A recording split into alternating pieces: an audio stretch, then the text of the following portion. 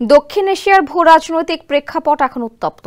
এই অবস্থায় নিজের সক্ষমতা জোরদার করতে গুরুত্বপূর্ণ পদক্ষেপ নিয়েছে ভারত। যুক্তরাষ্ট্রের কাছ থেকে বিপুল সামরিক সরঞ্জাম কিনছে নয়াদিল্লি। ভারতীয় সংবাদ মাধ্যম এএনআই এ ব্যাপারে একটি প্রতিবেদন প্রকাশ করেছে।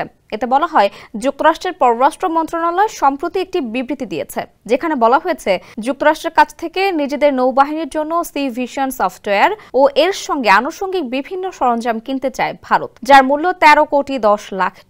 মূলত এই সফটওয়্যার ভারতকে তার সমুদ্র সীমায় বর্তমান ও ভবিষ্যৎ হুমকি মোকাবেলায় সহায়ক হবে। ভারতের নৌবাহিনীর বিশ্লেষণ ক্ষমতা এবং কৌশলগত অবস্থান আরও শক্তিশালী করার ক্ষেত্রেও ভূমিকা রাখতে পারবে সি ভিশন সফটওয়্যার।